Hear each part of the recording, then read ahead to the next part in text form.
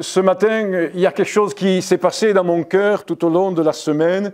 J'avais deux pensées qui étaient en mon esprit, dans ma réflexion, dans ma méditation pour l'Église de Jésus-Christ. Et au fil de la semaine, j'ai médité sur ces deux possibilités de prédication. Et au fur et à mesure, il y a une pensée forte qui a rejailli dans mon cœur et je voudrais donc m'attarder ce matin avec vous sur celle-ci et l'autre, j'aurai l'occasion de l'apporter ultérieurement. Il est bon de pouvoir ce matin comprendre que Dieu est celui qui veut renouveler en nous la vision de sa grandeur. Le fait qu'il est capable de faire encore aujourd'hui des prodiges, des miracles. Il est capable encore aujourd'hui de manifester sa puissance, sa grandeur. Pourquoi? Parce qu'il demeure grand, parce qu'il demeure le El Shaddai, parce qu'il demeure le Tout-Puissant. Nous vivons et nous ne voulons pas mettre des œillères devant nos yeux. Nous ne voulons pas nous voiler la face, comme on le dit aussi autrement. Nous vivons dans un monde de souffrance. Nous vivons dans un monde de misère. Et même le mot souffrance et le mot misère peuvent paraître très minimes pour exprimer toute la douleur, toute l'angoisse, tout le désarroi qu'il peut y avoir dans notre monde, dans notre société. Quand nous voyons qu'à cause du harcèlement scolaire, des adolescents mettent fin à leur jour, quand on voit la pression qu'il peut y avoir dans un domaine ou dans un autre, et je ne veux pas ce matin trop m'attarder, m'étendre sur toutes ces souffrances sociétales, toutes ces souffrances que nous pouvons entendre par un moyen ou un autre. Mais face à cela, ce matin, je crois que l'Église de Jésus-Christ doit faire retentir un message particulier, un message unique, un message beau, un message magnifique. C'est que Dieu est grand, c'est que Dieu est puissant. Et ce matin, je voudrais que nous puissions nous laisser renouveler par le Saint-Esprit et au travers de la parole de Dieu qui est vivante, de cette réalité que Dieu est grand, que Dieu est capable encore de faire. Peut-être vous connaissez ce chant gospel qui dit « Tu es capable de faire ». Et c'est vrai que hier, dans ma journée, je fredonnais ce cantique. N'ayez pas peur, je ne vais pas le fredonner là, devant vous. Mais je veux proclamer qu'il est capable de faire. Qu'il est capable de produire des choses glorieuses, surprenantes, étonnantes. Dieu souhaite que son Église soit encore pour un temps sur cette terre. Mais nous ne voulons pas regarder seulement à la situation de notre prochain. Certes, c'est ce que Dieu nous demande, de regarder à la situation de notre prochain, de voir sa souffrance, de manifester à l'égard de notre prochain de la compassion, de l'amour, mais aussi de l'intercession, de la prière, et c'est ce que nous ferons tout à l'heure après ce culte, mais aussi exprimer un témoignage de foi, un témoignage de la grandeur de Dieu. Nous voulons regarder à cette souffrance ici-bas, sur cette terre, dans notre ville de Ganges, dans les environs, parce que, vous savez, la souffrance, ce n'est pas simplement en Inde. La souffrance, ce n'est pas simplement en Ukraine. La douleur et les problèmes ne sont pas simplement dans les bidonvilles du Caire ou d'ailleurs. Nous la voyons là, dès la sortie de ce local, dès la sortie de l'église, nous voyons la souffrance des hommes et des femmes qui sont addicts à différentes choses, qui sont là, blessés, meurtris. Encore cette semaine, un homme me disait « Mais dans mon enfance, j'ai été abusé. » Que de douleur. Alors certes, les médias mettent en lumière quelques stars, entre guillemets, qui nous révèlent leur souffrance d'enfance. Mais ce n'est que peut-être le dessus de l'iceberg. Combien d'hommes, de femmes par millions ont souffert et souffrent encore parce qu'il n'y a pas eu une restauration, une délivrance, une guérison. Il n'y a pas eu encore le salut, il n'y a pas eu encore la puissance de Dieu qui est intervenue pour libérer, pour restaurer, pour remettre l'espoir là où il y a le désespoir, pour remettre l'amour là où il y a la haine, pour remettre du courage là où il y a de l'abattement, pour remettre la joie là où il y a la tristesse, pour remettre la paix là où il y a la guerre dans l'âme, la guerre dans la conscience.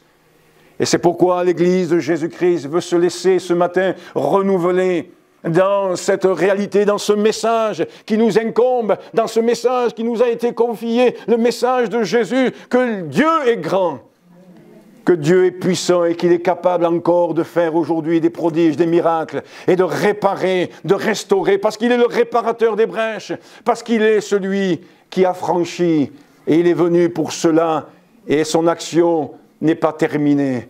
Jusqu'à ce que l'Église de Jésus-Christ soit sur cette terre, elle a pour but de poursuivre l'annonce de ce message. Je voudrais vous conduire dans une lecture que nous trouvons dans l'Évangile de Marc, au chapitre 7 et au verset 31. Nous voyons là un témoignage de l'intervention de Jésus-Christ dans la vie d'une famille, dans la vie d'un foyer. Et nous voyons aussi dans ce passage que nous allons lire la remarque, le constat que la foule va faire. Marc chapitre 7, verset 31. Il y a de quoi être enthousiaste devant ce beau message de l'Évangile, devant la grandeur de Jésus. Marc chapitre 7, verset 31. Jésus quitta le territoire de Tyr et revint par Sidon, vers la mer de Galilée en traversant le pays de la Décapole. On lui amena, verset 32, un sourd qui avait de la difficulté à parler, et on le pria de lui imposer les mains. Il le prit à part, loin de la foule, lui mit les doigts dans les oreilles et lui toucha la langue avec sa propre salive. Puis, levant les yeux au ciel, il soupira et dit « Ephata », c'est-à-dire « Ouvre-toi ». Aussitôt, ses oreilles s'ouvrirent, sa langue se délia, et il parla très bien. Jésus leur recommanda de n'en parler à personne, mais plus il le leur recommanda, plus ils le publièrent. Ils étaient dans le plus grand étonnement et disaient « Il fait tout à merveille. Même il fait entendre les sourds et parler les muets. » Alléluia! Ils étaient dans le plus grand étonnement. Qui c'est ce « ils » ? C'est la foule, c'est la population, c'est ces hommes et ces femmes qui étaient là par curiosité pour certains. Peut-être parce qu'ils voulaient entendre Jésus parler, peut-être pour simplement écouter, peut-être même pour, comme on le voit ailleurs dans l'Évangile, pour trouver chez Jésus un manquement, une erreur, pour essayer de trouver une faille dans le message de Jésus, mais ce n'était pas possible. Et cette foule qui venait avec différents états d'esprit, ces hommes, ces femmes qui venaient vers Jésus-Christ avec différents arrière-plans religieux, et de raisonnement et de conception, ont été dans l'étonnement, ont été dans l'émerveillement, ont été là dans la surprise. Et on le voit souvent dans l'Évangile, la foule qui est dans l'étonnement. Et elle dit ceci, « Il fait tout un merveille. » Oui, la Bible est remplie d'exemples de la puissance de Dieu, de la grandeur de Dieu. Lorsque nous lisons le témoignage de Bruno Astier, ce pasteur qui sera des nôtres dès dimanche prochain pour 4 jours de mission, nous voyons qu'il est né dans une famille chaotique où il y avait des mots occultes, mais la délivrance de Dieu s'est manifestée. Et alors que les médecins, alors que l'entourage ne pouvait expliquer la raison de ces mots M-A-U-X, Christ est intervenu et la délivrance a eu lieu. Et la Bible nous encourage par ailleurs dans l'Épître aux Hébreux, au chapitre 12 et au verset 1, il est dit « Puisque nous sommes environnés d'une si grande nuée de témoins, des témoins de Jésus-Christ, des témoins qui ont vu la force de Dieu, la puissance libératrice du Seigneur, ces témoins, c'est ce que nous lisons dans ce chapitre 11 de l'Épître aux Hébreux, mais ces témoins, c'est ce que nous pouvons lire dans l'Ancien Testament, dans le Nouveau Testament, dans l'histoire du peuple d'Israël, dans aussi ses concitoyens, ses contemporains de Jésus qui sont venus à lui et qui ont pu être secourus, mais aussi ces témoins pour nous, eh bien, c'est nos frères et nos sœurs dans l'église locale.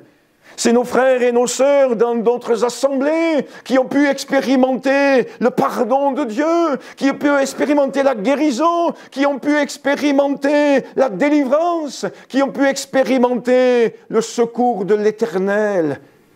Il ne faillit pas, notre Dieu, il est fidèle, il est bon, il fait tout à merveille. C'est beau, c'est pur, c'est grand, c'est inouï, c'est quelque chose qui nous étonne, qui nous surprend même. On est tellement habitués. Enfin, c'est ce que je pense. Peut-être je me trompe. On est tellement habitués à entendre souffrance, douleur, crime, meurtre, guerre, rébellion. On est tellement habitué lorsqu'on regarde les réseaux sociaux, lorsqu'on regarde les informations par un média quelconque, d'entendre ceci, cela, qui fait que notre monde est dans une spirale d'angoisse, de désarroi. On parle de plus en plus de dépression, de plus en plus de situations anxiogènes et bien d'autres choses comme cela. Et face à cette situation, ça pourrait nous faire oublier, nous, chrétiens, enfants de Dieu, bénéficiaires de la grâce de Dieu, bénéficiaires de la puissance de Christ, bénéficiaires de l'Évangile qui est la puissance de Dieu pour le salut de quiconque croit, d'oublier cela. Ça pourrait, tout ce que nous entendons et voyons autour de nous voiler les yeux sur la réalité de la parole de Dieu. Et ce matin, le Seigneur veut renouveler à l'égard de son Église, à l'égard de ses enfants, cette réalité qu'il est le même hier, aujourd'hui et éternellement. Et ce qu'il a accompli hier, il peut l'accomplir aujourd'hui. Et si Dieu nous permet de vivre demain, nous pourrons, je le crois, le voir demain aussi s'accomplir. Il est le Tout-Puissant. Il est bon. Alors oui, ces gens de l'époque de Jésus, eux aussi, ils avaient leur souffrance. Eux aussi, ils étaient sous une emprise étrangère. Ils étaient sous l'emprise de Rome. Ils étaient bien esclaves de cette manière de fonctionner de l'Empire romain. Ils étaient sur leur terrain, sur leur terre, mais ils n'étaient pas véritablement chez eux. Il y avait un sentiment d'injustice. Je comprends pourquoi, des fois, il y a des manifestations. Pourquoi les gens lèvent le poing. Pourquoi on veut faire un blocage, d'un pays. Il y a tellement de révoltes, tellement, d'iniquité, tellement d'injustice dans ce monde. Mais c'est le lot de ce monde. Depuis que ce monde est, et depuis que le péché est entré dans ce monde, mais ça ne cesse de prendre de l'ampleur, et ça prendra encore de l'ampleur, l'iniquité, l'injustice. Mais face à cela, et je veux le dire avec le sourire, je veux le dire avec la joie de Dieu, je veux le dire avec force, Dieu est capable de faire encore aujourd'hui des prodiges, des miracles, d'amener des réconciliations dans les foyers qui se déchirent, d'amener la paix là où il y a la haine, d'amener la liberté où il y a l'addiction, d'amener l'espérance là où il y a le désarroi, d'amener une réparation, une guérison de l'âme, là où l'esprit est froissé, troublé, là où les traumatismes du passé sont encore là, Dieu est capable de faire. Dieu est capable d'agir. Alors je le répète, chers amis, frères et sœurs, une dernière fois encore, nous ne voulons pas perdre de vue la réalité de notre monde, mais nous ne voulons pas, en tant que chrétiens, en ayant l'Esprit de Dieu en nous, nous ne voulons pas broyer du noir, mais nous voulons proclamer l'espoir. Et proclamer l'espoir, c'est annoncer Jésus-Christ. Et c'est ce que nous ferons dès la prochaine réunion cet après-midi et toutes les réunions que Dieu nous donnera de pouvoir organiser. Nous voulons annoncer que le salut est en Jésus et que le Sauveur du monde, c'est Jésus-Christ. Ce n'est pas un organisme mondial ou autre, le Sauveur du monde, c'est Jésus-Christ. Alors permettez que j'aille plus loin dans cette pensée, dans cette vérité ce matin et dire avec vous, je veux nourrir ma pensée de ce que Dieu est capable de faire. Dieu le fait au travers de cet épître aux Hébreux dont je parlais tout à l'heure, mais nous voulons nous laisser exhorter aussi par la parole de Dieu. Rien n'est impossible à notre Dieu. Ce n'est pas moi qui le dis, ce n'est pas une personne quelconque qui le dit, c'est Jésus-Christ lui-même qui le dit. À Dieu, rien n'est impossible. Oui, c'est pourquoi nous voulons croire à l'impossible. La foi que Jésus met en nous nous amène à dire oui, tout est possible. Et nous croyons cela possible de secourir. Oui, il est capable de sauver notre âme de la perdition éternelle. Et c'est ce que vous avez exprimé, c'est ce que nous avons exprimé avant ce temps de prédication. Nous avons exprimé que Jésus a sauvé notre âme de l'emprise de l'adversaire, capable de pardonner tous nos péchés, afin de nous donner la paix, capable de déposer sa paix en nous, pas la paix de ce monde. C'est ce qu'il dira dans Jean au chapitre 14 et au verset 27. Il dira, je vous laisse la paix, je vous donne ma paix. Oh, merci Seigneur, parce que oui, tu nous donnes pas la paix de ce monde qui est très particulière, je ne la développerai pas ce matin, mais ta paix. Tu es la source de ma paix, Seigneur. Et quelle bénédiction pour cela. Capable de nous aider à pardonner. Oui, Dieu est capable. Et il fait des choses merveilleuses. Capable de nous aider à pardonner. Capable de restaurer. J'en ai fait allusion. Permettez-moi d'employer d'autres mots pour accentuer ce fait miraculeux, prodigieux, extraordinaire que Dieu est capable de faire, de réparer la dignité de quelqu'un. Que de douleur,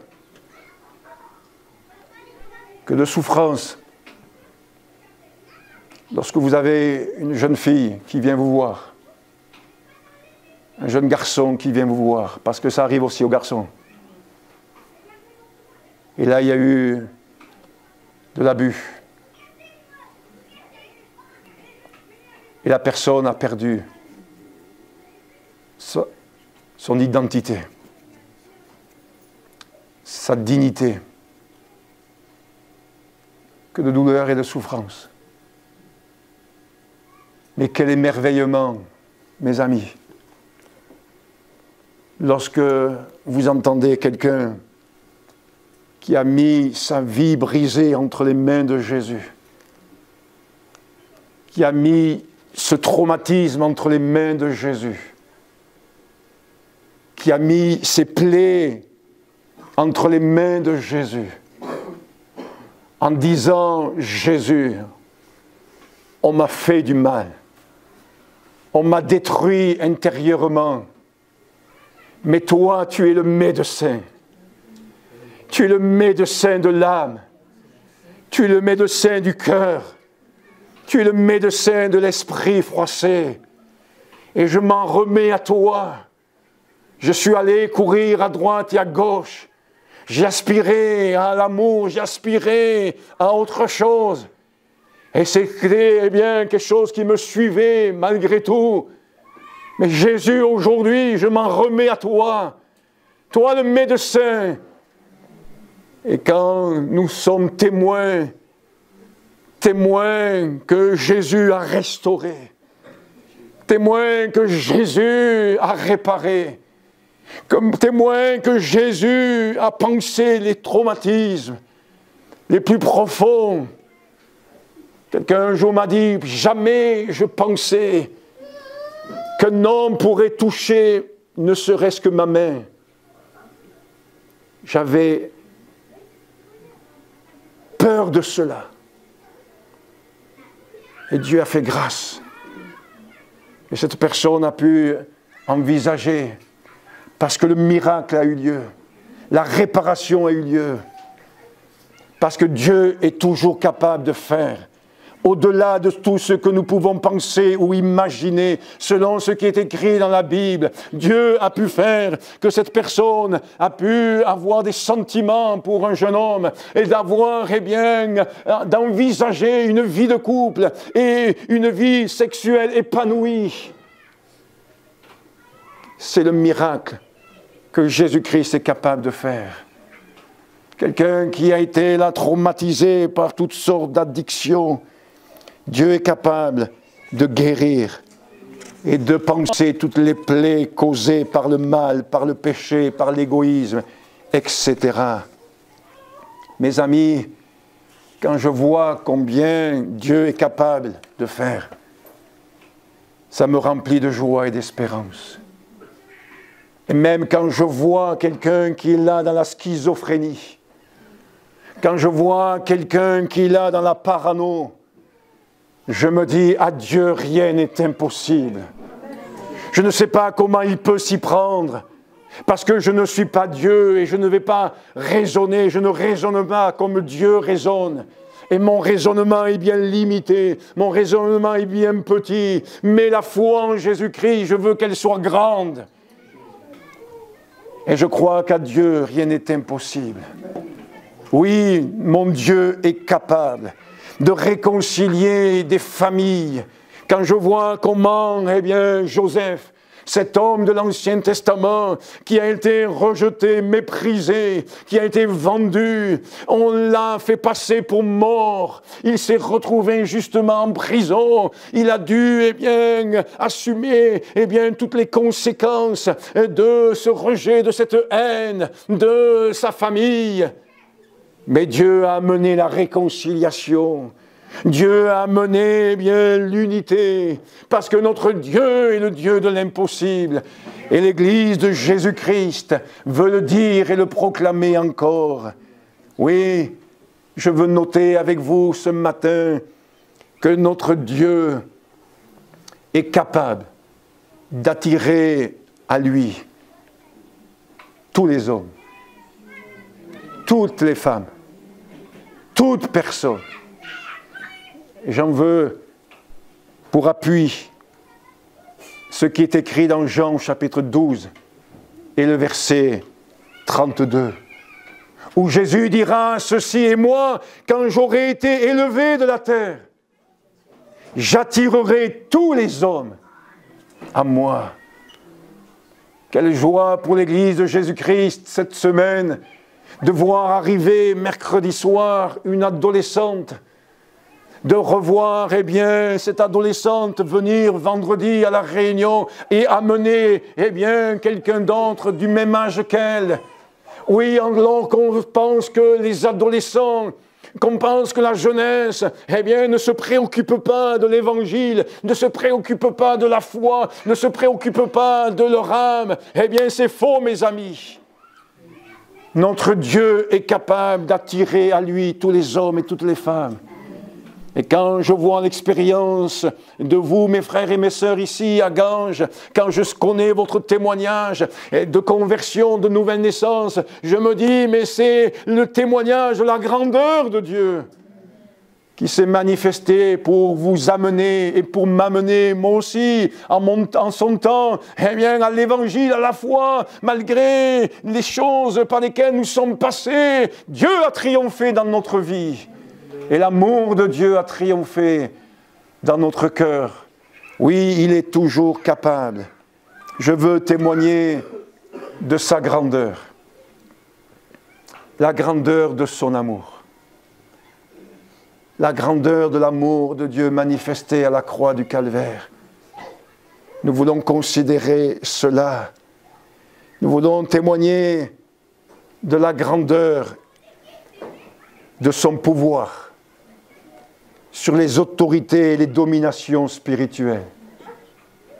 Jésus va dire ceci dans l'évangile de Matthieu au chapitre 28 et au verset 18. « Tout pouvoir m'a été donné dans le ciel et sur la terre. » Et c'est dans ce passage-là, dans ce moment-là, dans cette proclamation que Jésus fait, qu'il envoie son Église, qu'il nous envoie pour annoncer ce message libérateur, ce message de délivrance.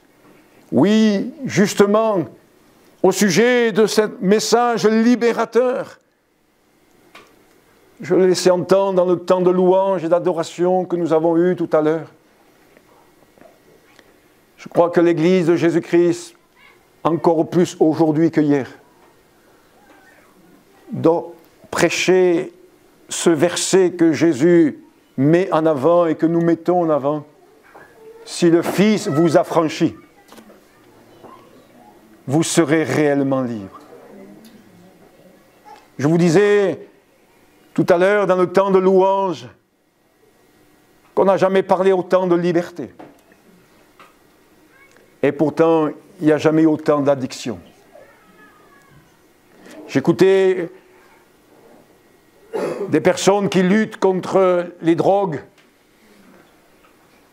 Et ils disaient, mais il se crée des drogues continuellement.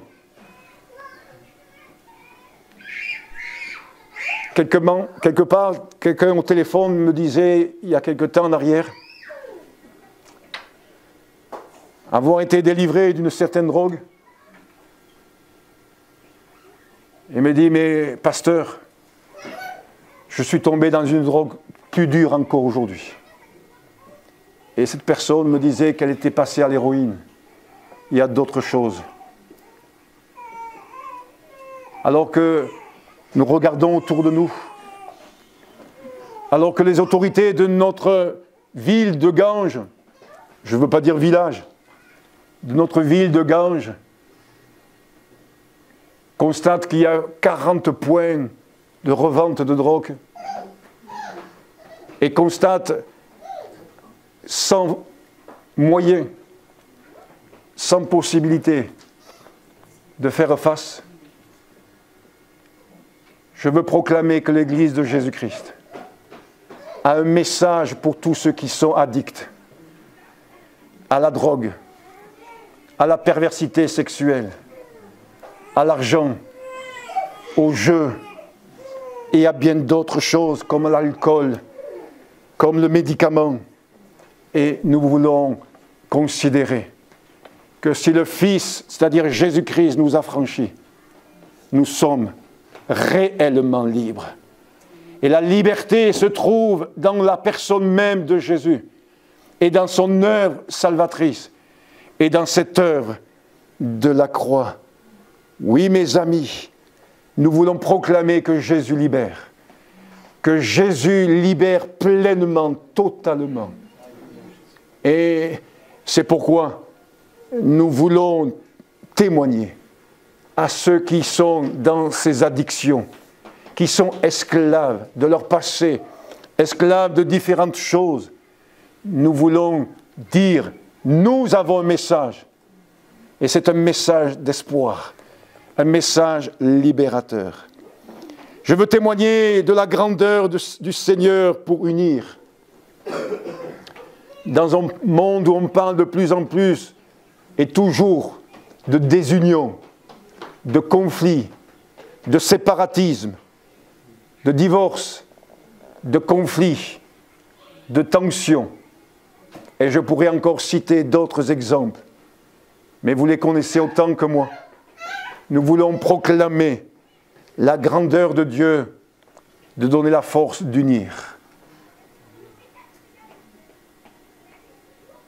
Que Dieu fasse en sorte que l'Église de Jésus-Christ soit renouvelée dans cette vision.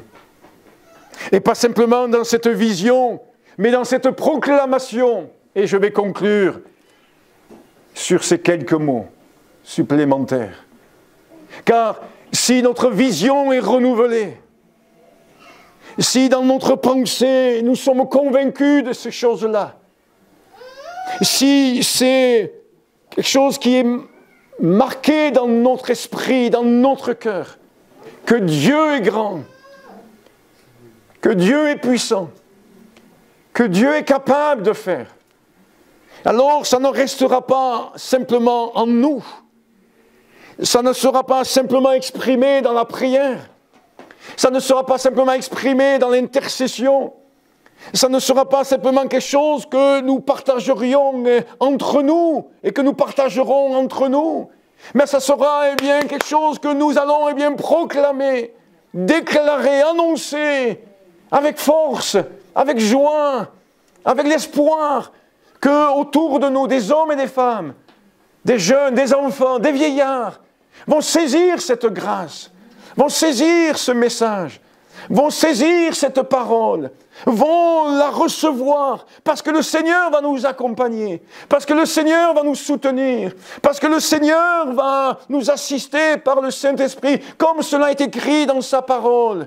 Et si le Seigneur nous assiste, alors, oui, lui-même confirmera sa parole, comme il l'a fait avec les premiers disciples, par des signes, par des prodiges, par des miracles. Dieu confirmait sa parole, et il l'a confirmé dans nos propres vies. Et c'est pourquoi, si quelqu'un vient dans ce lieu et nous dit, dites-moi les miracles qui ont été faits, je suis sûr que plusieurs au milieu de nous se lèveront et diront, oui, Jésus a fait ce miracle dans ma vie. J'étais ainsi, mais il m'a libéré. J'étais de telle manière, j'avais une telle vie, une telle existence, mais Christ est intervenu. Il a fait de moi une femme nouvelle, un homme nouveau. Il a mis la vie en moi. Oui, nous témoignerons de cela. Oui, nous proclamerons cela. Le Seigneur a besoin, frères et sœurs, de permettre à l'Église de Jésus-Christ aujourd'hui d'être renouvelée dans cette vision, dans un monde d'apostasie, c'est-à-dire dans un monde où nous falsifions, où ce monde falsifie la vérité. Nous ne voulons pas que la vérité de Christ soit falsifiée, parce que la vérité ne se trouve qu'en Christ. Et nous voulons proclamer que la vérité de l'Évangile, c'est que Jésus-Christ est le même hier, aujourd'hui, éternellement. Et que quiconque se confie en lui en sera le plus grand bénéficiaire et ne sera point déçu.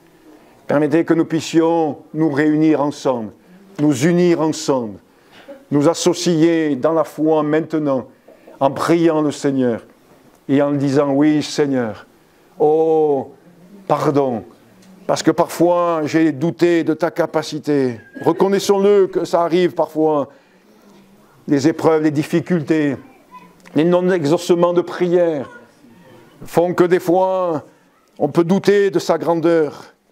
Mais ce matin, le Seigneur veut nous faire grâce. Et selon sa parole, il veut nous amener à être vivifiés dans notre esprit. Notre Dieu est grand. Ce Dieu révélé dans la personne même de Jésus-Christ et de seulement Jésus-Christ.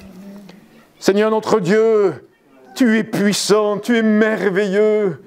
Et nous voici devant toi en ces instants, afin que tu puisses continuer ton œuvre dans notre vie, que tu puisses nous permettre, Seigneur, d'être renouvelés dans ce que ton serviteur a pu partager avec ton Église, afin que nous ayons l'occasion, l'opportunité encore Seigneur, d'ouvrir notre bouche et de confesser, Seigneur, à nos amis, à nos connaissances, aux personnes que tu mettras sur notre chemin, que tu es capable de faire, que tu es capable d'agir, que tu es capable d'intervenir, de secourir, de délivrer, d'amener la vie là où il y a la mort, d'amener la bénédiction là où il y a la malédiction, d'amener la délivrance là où il y a la sorcellerie. Seigneur, tu es puissant et merveilleux et nous te bénissons parce que tu vas nous aider, parce que tu vas nous accompagner, parce que tu vas nous soutenir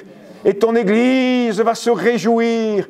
Je le crois, Seigneur, de voir, Seigneur, ton œuvre se faire, de voir ta puissance se manifester et à notre tour, nous pourrons, Seigneur, dire tu fais tout à merveille.